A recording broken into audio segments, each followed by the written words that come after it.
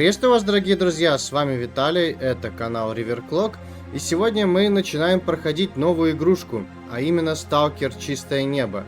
Решил я тут, все-таки начать по порядку проходить, даже несмотря на то, что возникли некоторые проблемы с игрой. Я что-то как-то все долго думал, потом спросил у своих знакомых. Дело все в том, что у меня не двигалась мышка, ну именно вот сюда, в правую, в левую сторону и вниз. То есть мышка была постоянно только на центре. Сказали, нужно поставить обязательно только статичное освещение, что вы видите сейчас на ваших экранах. Картиночку, конечно же, я сделал во весь экран, потому что были черные полосы. А для летсплейщика, для стримера, конечно, ну это не есть круто, если, конечно, вы этим делом занимаетесь. Так вот, я еще довольно-таки долго мучился, я уделил внимание для того, чтобы мне решить проблему с Властелином колец, ну, по крайней мере, день. И у меня ничего не получилось конкретно.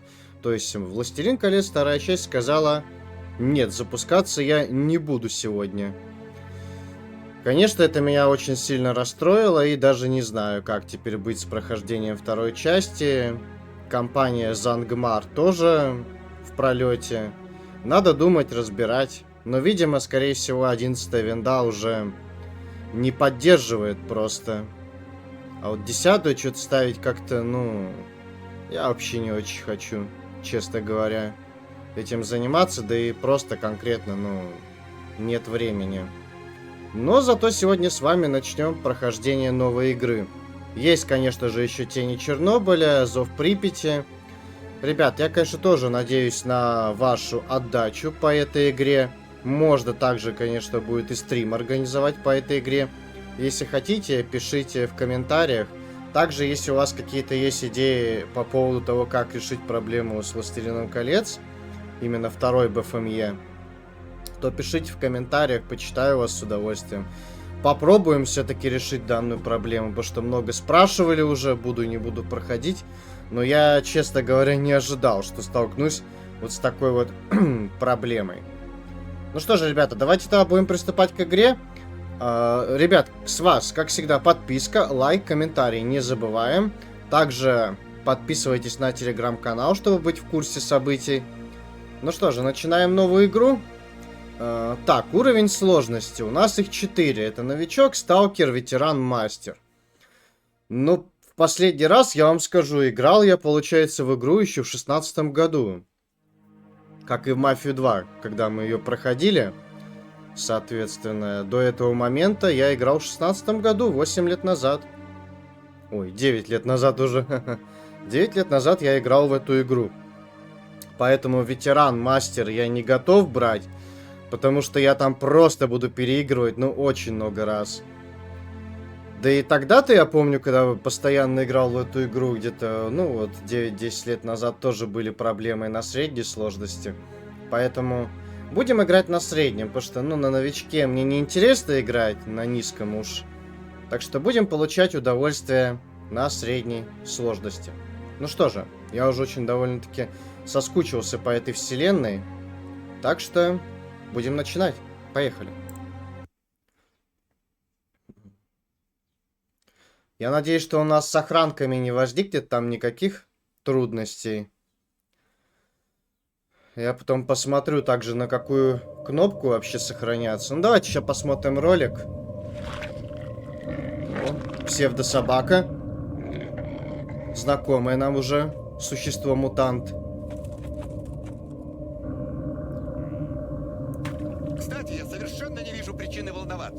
Согласно результатам наших исследований, следующий выброс произойдет не раньше, чем через 2 месяца и 4 дня плюс-минус 7 часов.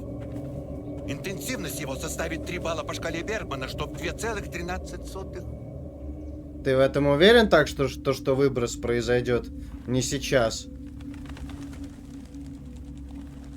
Мне что-то подсказывает, что он сейчас произойдет. Тут вся игра, блин, на этих выбросах и заточена как раз-таки. Куда ж в сталкере без выбросов? Куда ж тут без радиации нам? Ну и куда ж тут того, что здесь животные постоянно убегают. Это, я так понимаю, Сахаров с ним вместе. Ну, главный герой это наемник. Шрам. Это профессор Сахаров были с ними ученые. Ага, конечно. Выброса не будет. Вот тебе случился выброс.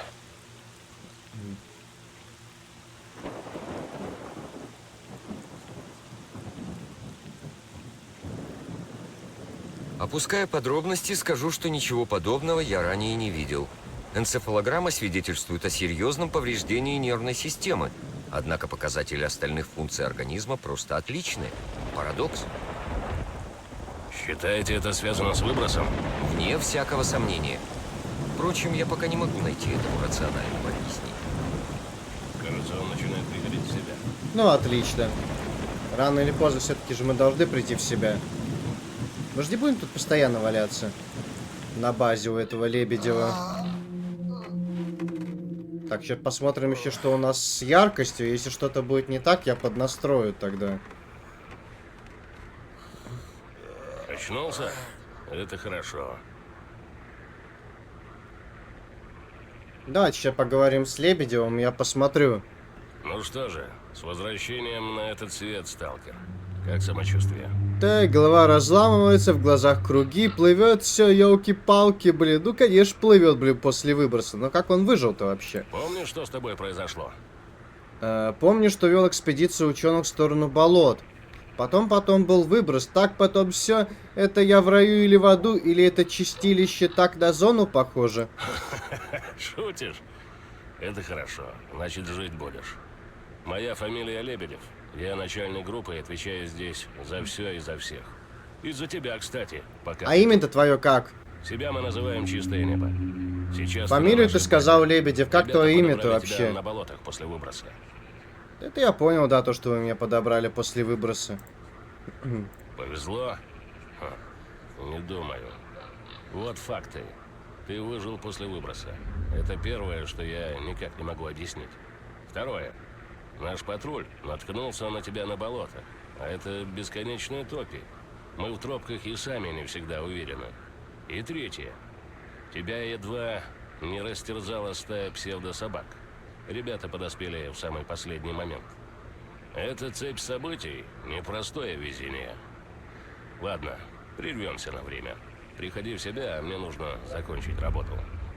Непростое везение, говоришь? Ну, слушай, все-таки считаю, везение есть, потому что все-таки Шрам выжил после выброса, и это далеко не каждому удается. Он же сам говорит то, что не поддается научным экспедициям, да. Так что и ребята подоспели в самый последний момент. Нам повезло, наоборот. Главное то, что мы выжили после выброса. Это уже тот самый факт. Так, микрофончик чуть поближе поставлю. Давай, я промолчу просто. Так, точно, шеф! Такой. Свой воинский устав показывает. Ну что, мы уже готовы? А я уже готов идти.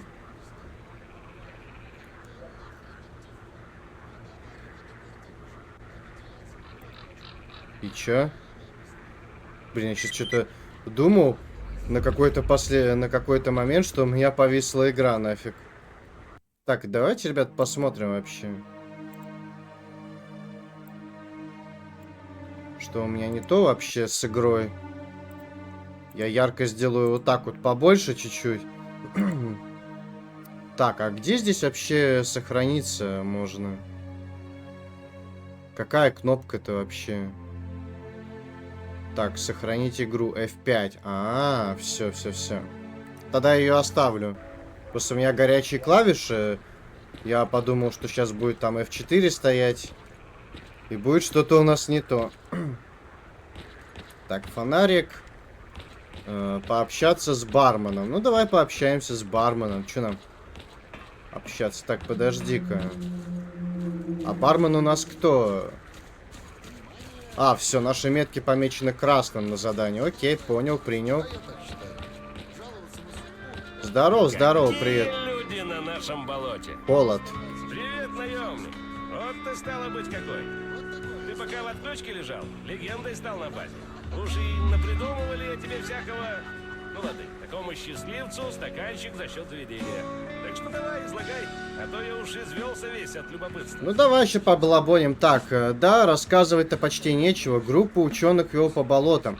Потом выбросом накрыло, дальше ничего не помню. Очнулся уже здесь у вас, так что это ты рассказываешь, что и как. Можешь все тебе рассказать, ты понимаешь, что все.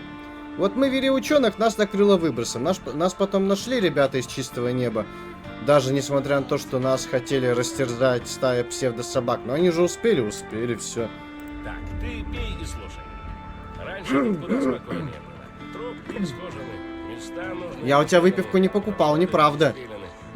Конечно, болото это тебе и не курорт со смазливыми бабенками, но жизнь была ничего.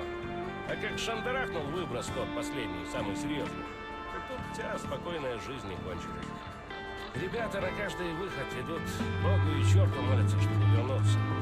Но народ у нас кремень. Не за хабар голову подставляют, а за дело свое. Так что держимся пока. Ну, отлично, что держимся. Так, как тебя сюда занесло? Ты тут работаешь, я так понимаю. Бутылки как-то собирал. Одна за одной. Так и дошел до этого места. Шучу я, старик. Понимаешь, не нашлось мне места в том мире. Давила меня жизнь, давила, сюда и выдавила. Сперва в зону, а потом я к чистому небу прибился. Тут люди нормальные, тут я нужен. Ребята вон после выхода очередного придут, я им накапаю малость, пошучу с ними, когда прилично, когда не очень, их я отпустил. Видишь, как просто все. Кстати, кличут меня Холод. Да я уже понял, что у тебя так кричат. А вот это место ты хоть приблизительно скажи, где мы. Так это болото, блин, это болото, база чистого неба. Че непонятно вот. Если приблизительно, то на нашей базе. Как видишь, скромный, потому как наполовину уже утопший хутор, посреди романтических бескрайних болот. Какой именно Ну это я понял все. А знаешь, почему не слышал? Потому что слишком многие хотели бы слышать. Не слышал о чистом небе. Чем народу она знает, тем нам спокойнее. Главное у нас Лебедев. Глыба, а не может. На нем, считай, все и держится. Потом Каланча наш, профессор Каланча. Головастый мужик, знает о зоне столько. Ну, знает, в общем. Еще есть Новиков, техник. Этот из консервной банки пулемет сделать может. И патронов к нему 2 цинка. Да что ты говоришь? Эх, запчастей бы ему только побольше. Ну и Суслов.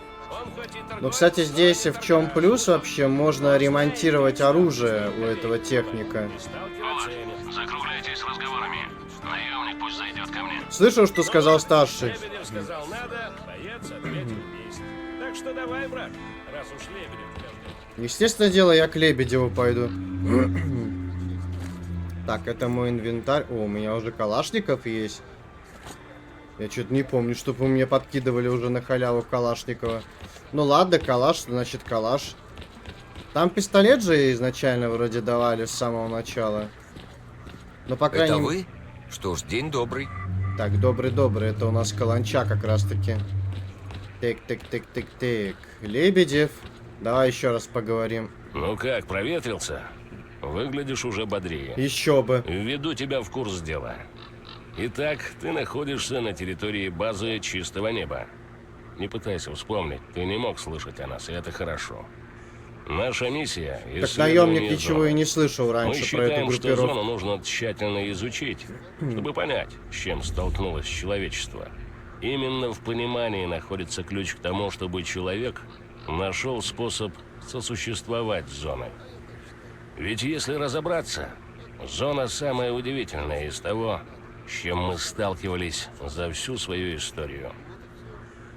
Ну, допустим, если зона это, соответственно, единое то, с чем вы сталкивались, вот почему они скрываются, почему толком ничего не известно-то об этой Как группировке? я уже говорил, мы исследователи. Мы пытаемся понять природу зоны, установить причины ее появления, сформулировать законы, по которым она существует.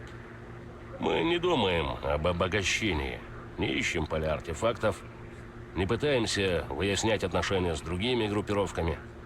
Именно поэтому мы спрятались посреди этих болот и сосредоточились на исследованиях.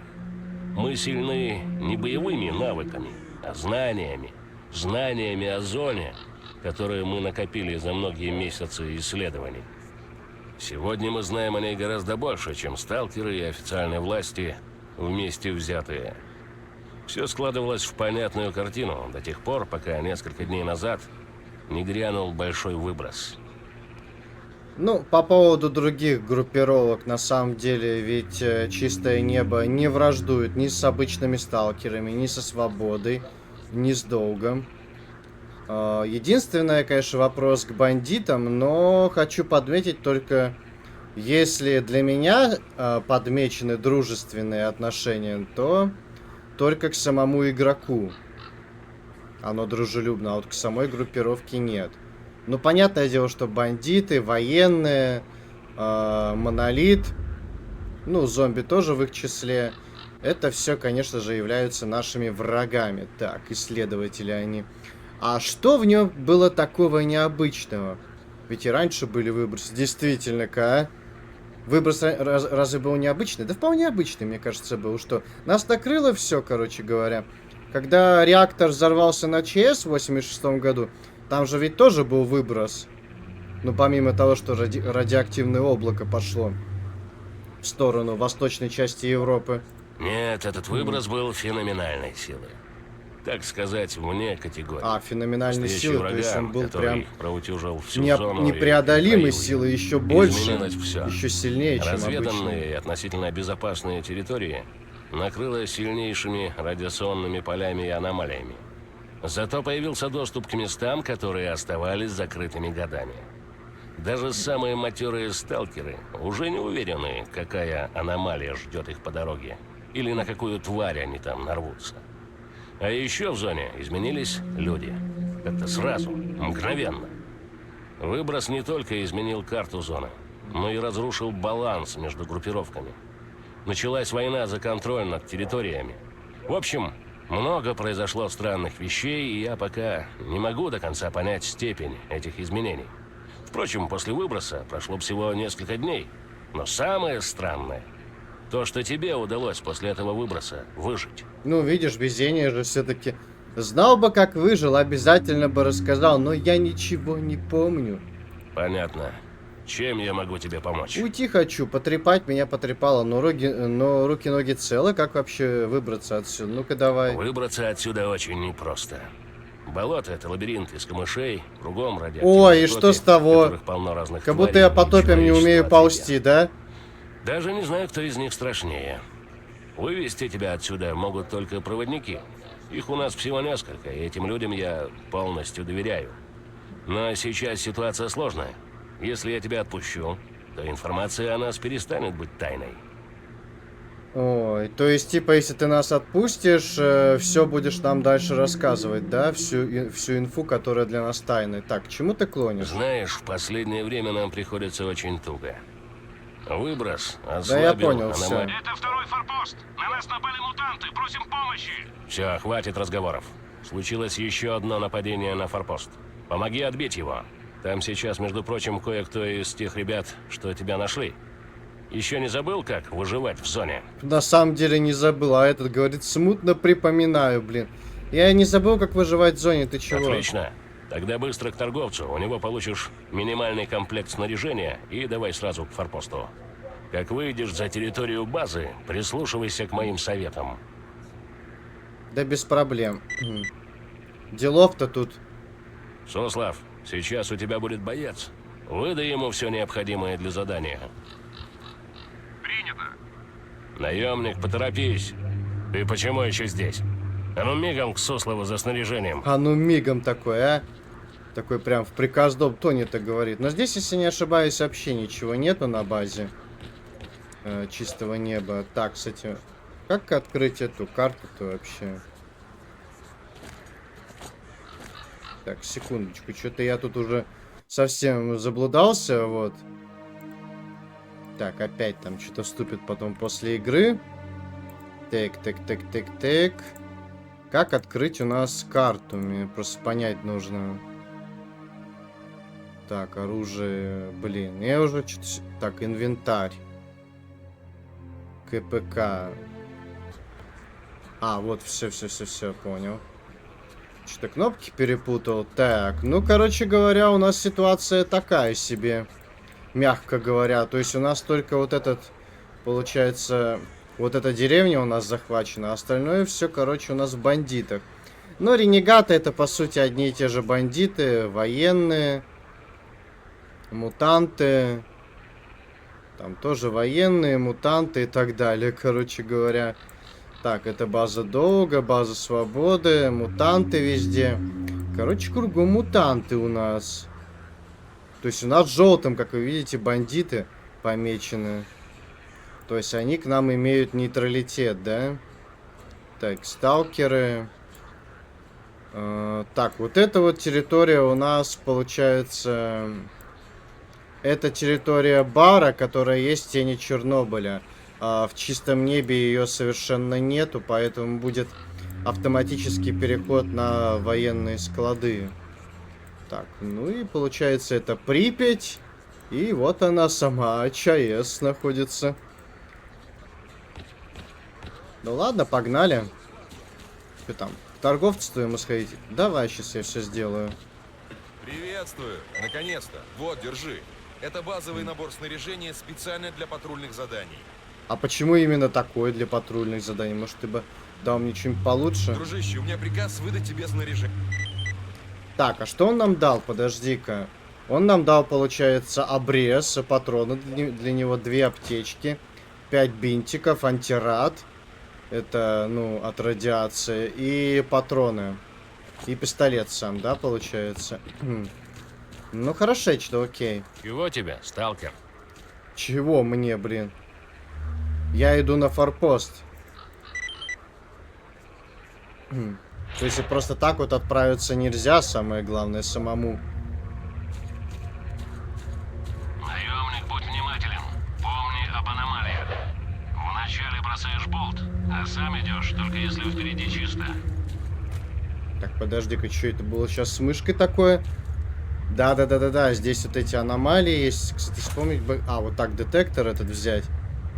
Вот что, кстати, хочу сказать. Отличие тени Чернобыля от чистого неба по поиску артефактов. Я в Зов Припяти, ребят, не играл, поэтому ничего не могу сказать. Вот. Главное, не кидайте спойлеров по поводу этого дела, потому что не люблю. Потому что все-таки будем впервые потом проходить. Так. Но здесь я, кстати, пока ничего не вижу. То есть здесь артефакты ищутся как раз-таки по вот этому детектору. Так, аккуратненько. Я попробую, конечно, сейчас. Просто если я сейчас вот в эти пузырики, грубо говоря, войду, то меня может просто засосать туда. Да, кстати, в аномалиях иногда можно... Ну, это аномалии, да. Невооруженным Меня разорвет глазом просто их на не куски. заметить, однако детекторы легко их обнаруживают. Если подойти достаточно близко, прибор направленным импульсом засветит артефакт. После этого поднять добычу не составляет труда. Однако учти, твой теперешний детектор очень слаб. Он может только сообщить расстояние до артефакта. Блин, я же помню, что здесь где-то он есть, этот артефакт-то вообще. Я помню, я его находил, когда играл. Давайте попробуем, может быть, получится найти. Да я понимаю то, что наш прибор довольно слаб, но не настолько. Мы сможем найти. Да господи, блин. Опять какая-то была проблема с мышкой. Я вот не понимаю вообще, как и так. Я все настраивал, клавиатуру тоже настраивал. Ведь изначально даже клавиатура не работала, когда я впервые в эту игру зашел. Может быть, конечно, и раньше было такое, но я не вспомню, честно говоря. Ой,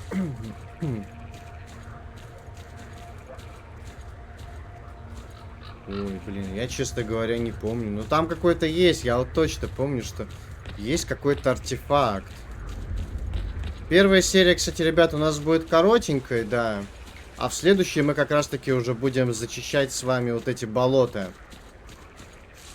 От бандитов. Блин, но где же он? Я не понимаю. Я же помню, что он где-то должен быть тут. Но у меня почему-то даже детектор не пищит. Но, видимо, я далеко нахожусь. Кстати говоря, да, я уже попал в радиацию, потому что у меня здоровье уменьшается. Ладно, не буду сейчас пока тратить время на это, ну, потому что я не знаю. Не помню, точнее. Я его находил, артефакт этот. Там, конечно, ГГ полный артефакт, но все равно, если его продать, то, в принципе, за них дают немалые денежки тег. Давай-ка. Антирадом воспользуемся.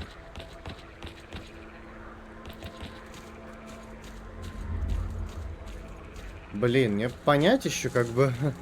Ну, вроде мы, кажется, правильно идем.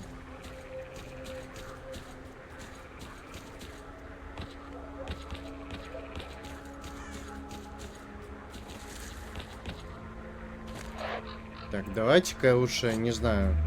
Надо оружие взять.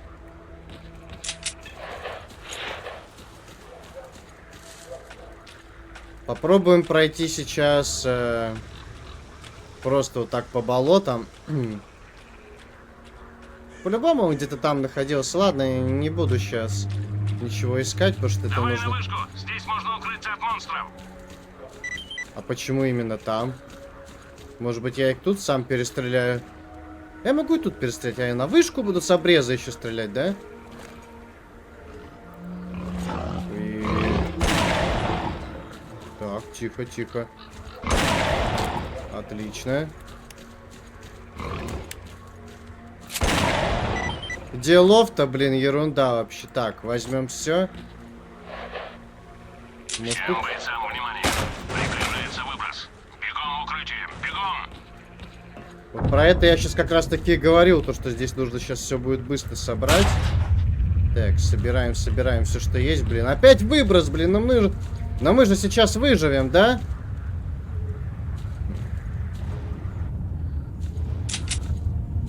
Так, подожди, может еще вот этого успею обыскать, да? Ну ладно, там был пистолет всего лишь. Так. И мы опять очутились на базе чистого неба, да, получается? Да, нас опять кто-то нашел, короче, подобрали, и наемник вновь выжил. Ледненько. Второй раз мы, короче, выжили. О, какой бессмертный у нас наемник Шрама, а.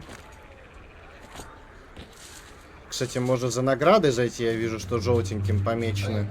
Блин. У меня же уменьшается здоровье, да. Надо тогда антирада будет покупать. Приветствую.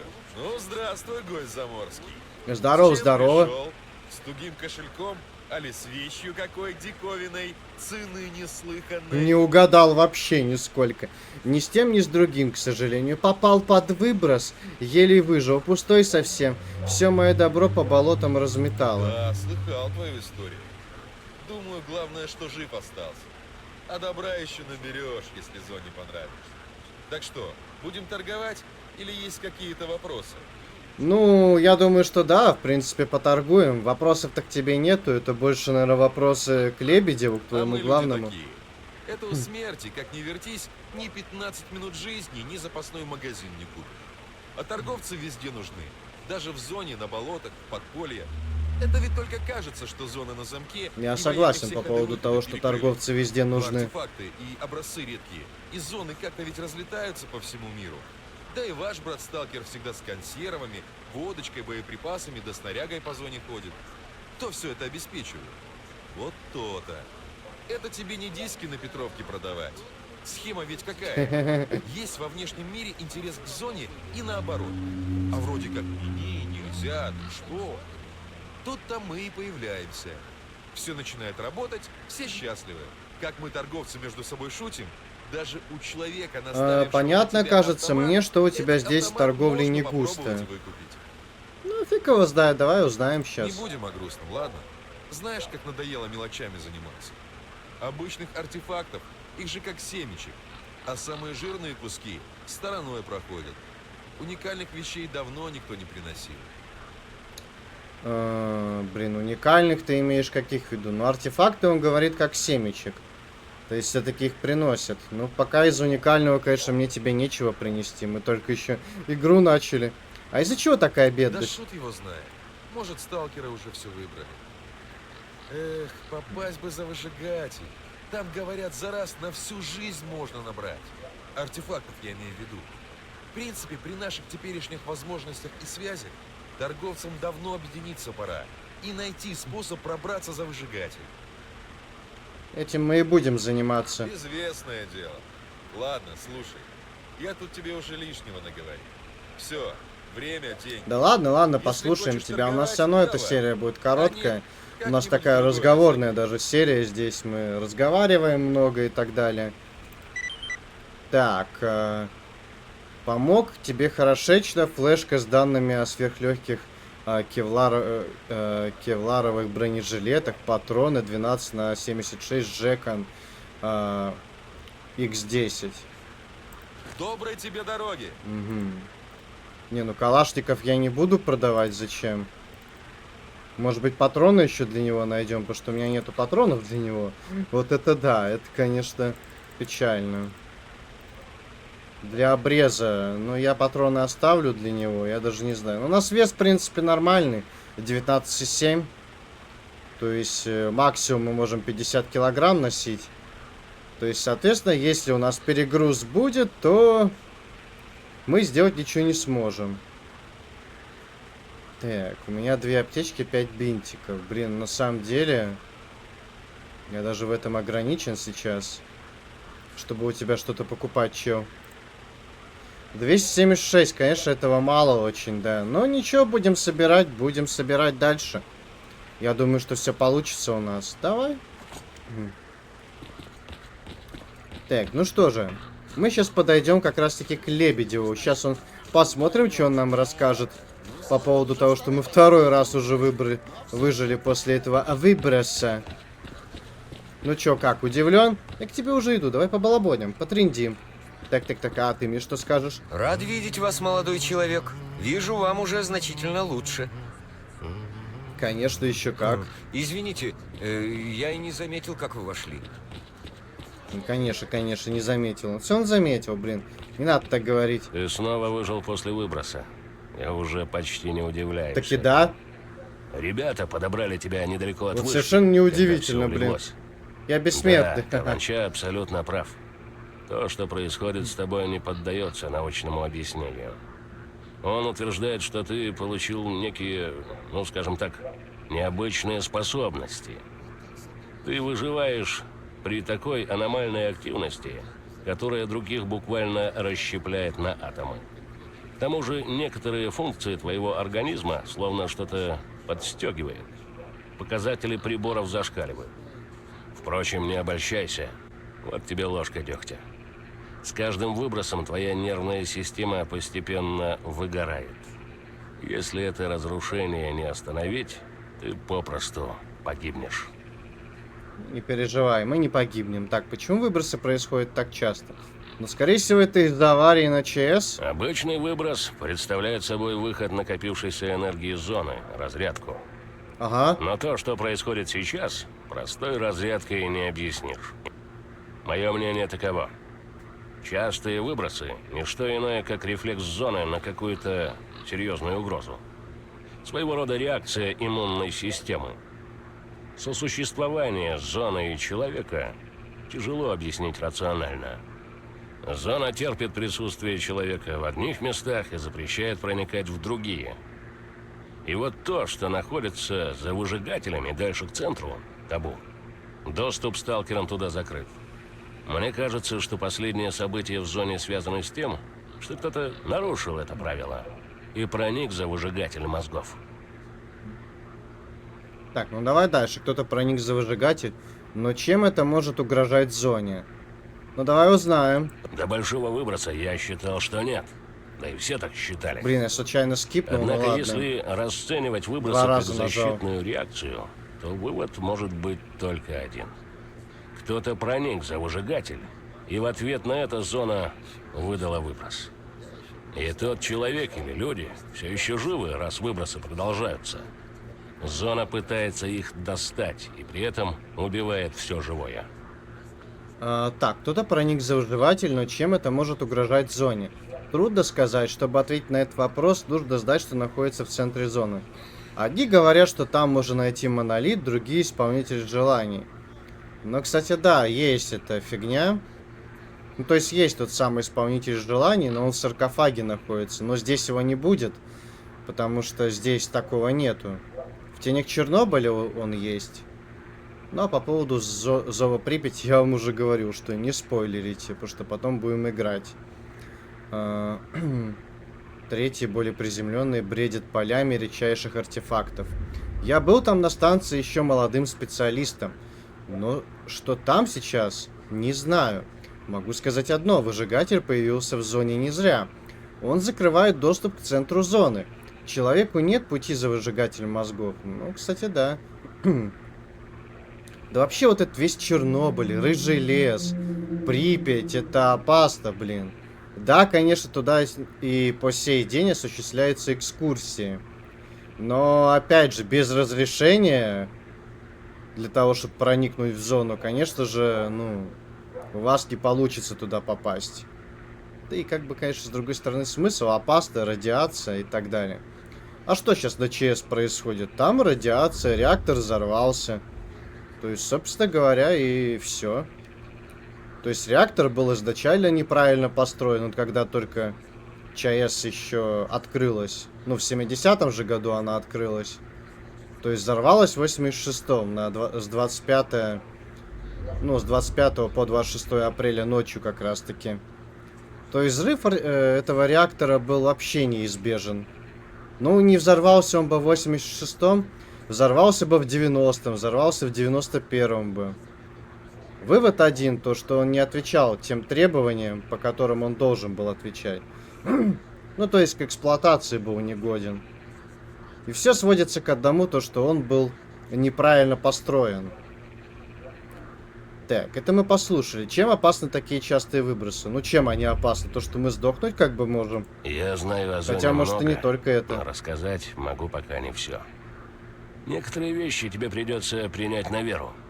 Видишь ли, любая система должна функционировать в равновесии. Сейчас зона нестабильна, и нестабильность это постоянно нарастает. Если частые выбросы не остановить, зона расшатается настолько, что случится новая катастрофа. Собственно, мы подошли к основной задаче, которая стоит перед чистым небом. Мы стараемся предотвратить катастрофу. Угу. Так, хорошечно предотвратить катастрофу. Ну как это нет сил? Я думаю, что силы будут. Вот тебе одна сила наемник, вот могучая и все. Перестреляем всех. Один ствол точно лишним не будет. Ты прав, но мы знаем, как предотвратить катастрофу и остановить выбросы. А это уже немало. Ну давай-ка расскажи. В первую очередь, нужно выяснить, кто был в центре зоны, и остановить их. А Любой ценой. А почему ты рассказываешь все это именно мне? Ну, видимо, больше некому рассказывать, потому что у нас же и у нас дальнейшее ведь событие игры будет. Между тобой и зоной есть какая-то странная связь. С одной стороны, каждый новый выброс постепенно убивает тебя. С другой, ты выживаешь в таких условиях, в каких остальные погибают. Интуиция подсказывает мне, что Такое ощущение, что какой-то бессмертный наемник. Ну, дар, проклятие, называй как хочешь. Так вот, твои Ну как он способности после выброса позволят выживает? тебе пройти там, где любой другой не сможет это сделать в принципе. А нам сейчас нужно действовать очень быстро. А какие у меня способности-то есть? Немножко не понял тебя. Ладно, может потом узнаем. Так, не уверен, что хочу лезть в самое пекло, почему я должен участвовать. Знал, что ты спросишь об этом. Ответ прост. Если не остановить выбросы, твоя нервная система выгорит, и ты погибнешь. Поможешь нам, спасешь себя. Наверное, это звучит как в дешевом кино, но у тебя действительно нет выбора. Да без проблем. К сожалению, да. Ну так что, поможешь нам? А почему нет? У нас какой-то выбор есть. Тогда слушай внимательно. Мы подняли все наши контакты и связи в зоне. Есть информация, что один сталкер на кордоне интересовался у Сидоровича очень странными деталями. Ага. Это пока все, что у нас есть. Но это хоть какая-то зацепка. Вот мне интересно, что за детали вообще на самом деле, чем я интересовался. Ну ладно, у нас зацепка есть, в принципе. Значит, нужно поговорить с Сидоровичем, но он на кордоне находится. Естественно, через болото. Но я тебе уже говорил. После выброса поднавалила всякой мрази, и теперь она контролирует Ой, как будто здесь я почти боюсь всё. этих мразей. Мы в осаде. Я не драматизирую. Так что мы должны вернуть себе контроль над болотами, прежде чем попытаемся вывести тебя к кордону.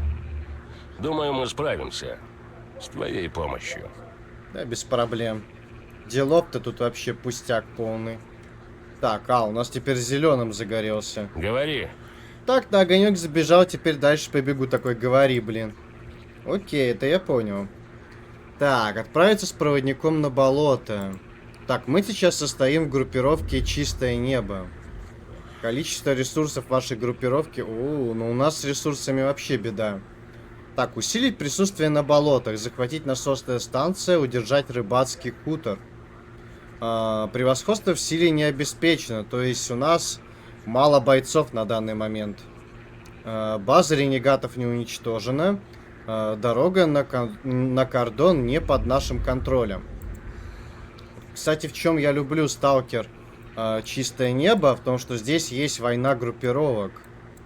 Это прям вообще обожаю. Также есть мод Повелитель Зоны. То есть там можно поиграть еще из-за военных и из-за монолит. Так, шустрые. То есть за них нельзя играть, ну, в оригинале вообще никак. И там довольно-таки, ну, у них интересная история. Ну, в плане войны группировок. Потому что там же все намного...